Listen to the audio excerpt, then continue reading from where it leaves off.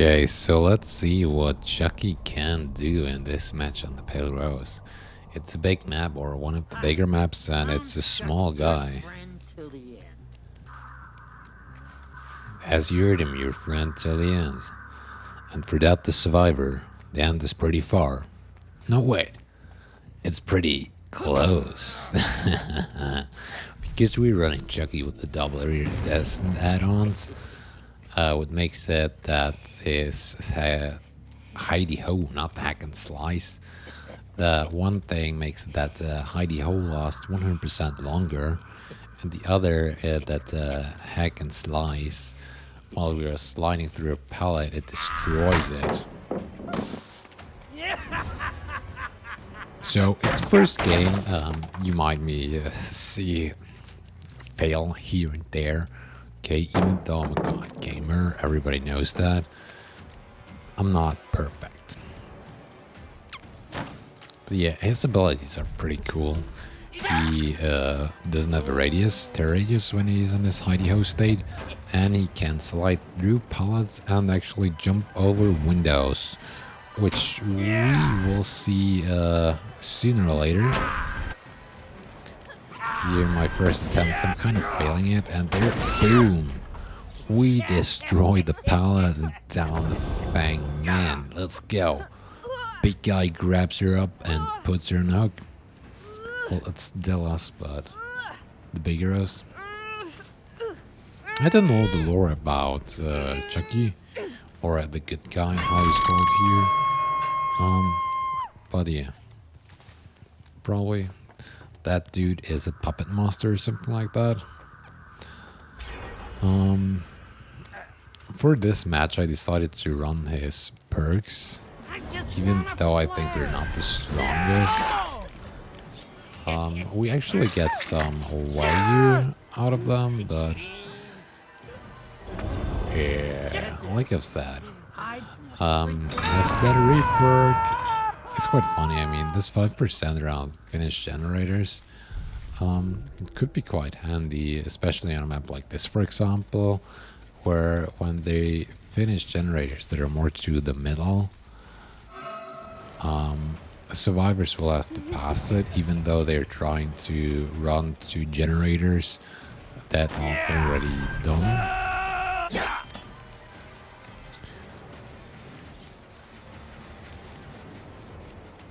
Yeah, he's not too weak on the killer shank, especially against a survivor that is not the strongest here, let's say. But I decided to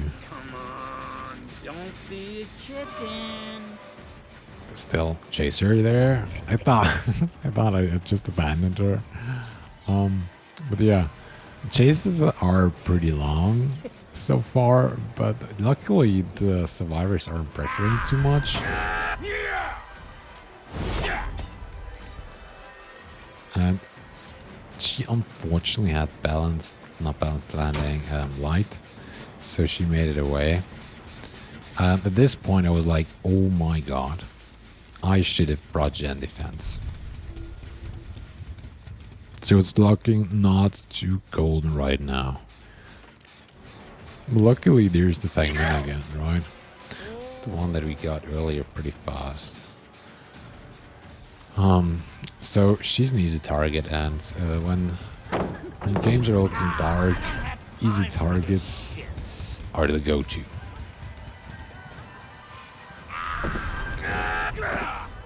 Boom, we destroyed the pallet with the iridescent add-on. And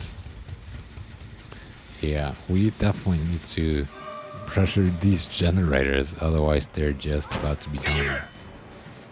And the lunge with the good guy, it's so unintentional. Like, the whole gameplay actually is really you need to get used to, right? Because he's in third person, and usually what you have for killers, they're in first person. And the whole lunging mechanic, it always looks like when they vaulting, it looks like they are safe okay, they're over it, but you can still hit them like on a more or less normal killer, because your lunging distance is determined on the speed and not on the height. And he is a 4.4 meter killer, so he's actually not that slow. Regular speed is 4.6. But yeah, first game, and we're 4 generators down. Chases so far, they were on the trickier side, let's say it like that.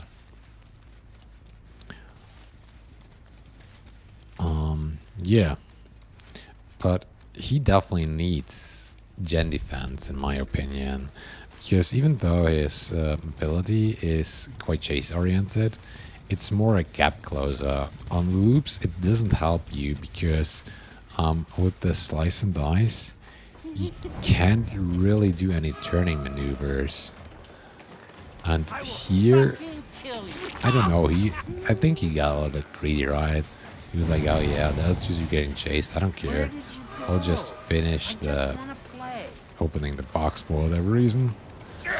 Because it's the PTB and we're just all having fun and fooling around a little bit. So they probably didn't want to finish the game too soon. Probably wanted to experience a little bit more of Chucky themselves. By the way, these killer queue times on the PTB currently, they are obnoxious. I waited 20 to 25 minutes, I think. So I kind of appreciate them not going too crazy on the generators right now and giving me a little bit more of a fun time here. But also I'm trying to do my part and pressure them a good amount. Got something for you, pisshead. Oh my god, I love his dialogues. Got something for you, pissheads. That's amazing. I think in all honesty, it's his best feature. Yeah. They just try to get somebody out of his sneaking ability. And honestly, this 100% increase of the Heidi Ho mode, it's so amazing. Just dial. You just can sneak up really good on survivors. And I'm not sure, out of the survivor's perspective, I think it's pretty easy to see him. But they decided to go upstairs because I heard her doing the gen, obviously. And she was still distracted by me chasing her. So she was probably just be like, yeah, I'm good up here. Even though I'm half-life, I don't know if balanced can just do whatever, right? I'm a survivor. So yeah, at this point I was kind of surprised that they still haven't finished the last generator. But again, tried to get on a second slice, but instead we got balanced on. So if they time it right, it's just like with, for example, Bubba. If they get the correct timing, you just get stunned, and yeah, the pal says, not today. See you later, bro.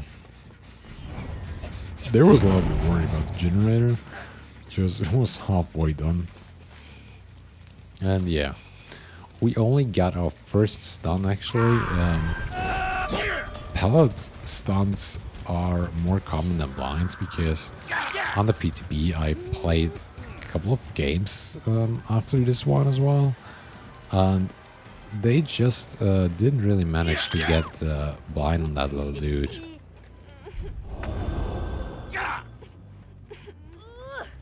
So yeah, also the perk where you get the 1.5 second blind or survivor after a stun or a blind, I don't know if it's that worth it. Probably not.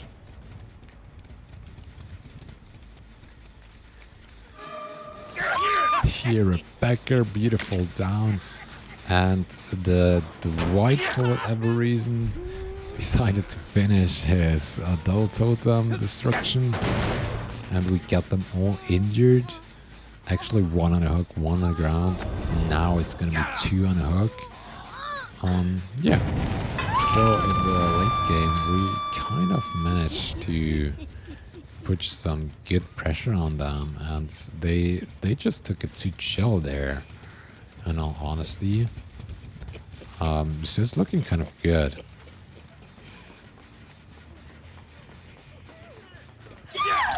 She didn't. She expected him there. She was pretty sneaky, to be honest. I didn't hear her. She probably has iron oil. And for whatever reason, the girl on the hook decided to rage quit and turn into a bot. I guess Chucky OP, right? Well, his iridescent add-ons are pretty strong, in my opinion. They potentially might be the best. I don't know, but it also could be that I just don't like his other add-ons.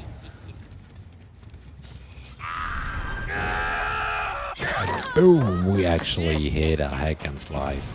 So that right there, this gap closing, I think is the best use for hack and slice. Because on, like I've said, on the loops, it doesn't do a lot for you. And there, you see what I mean with she's over, but you can still hit them even though you can't even see them. That's really unintentional with this little guy here. So weird. If the queues weren't that long, it would be really interesting to go for maybe something like Shadowborn, or you feel the views increased and see how much it does for you. But you're probably not going to do that, or maybe in some private lobbies, I don't know. Yeah, just because the queue time. I really want a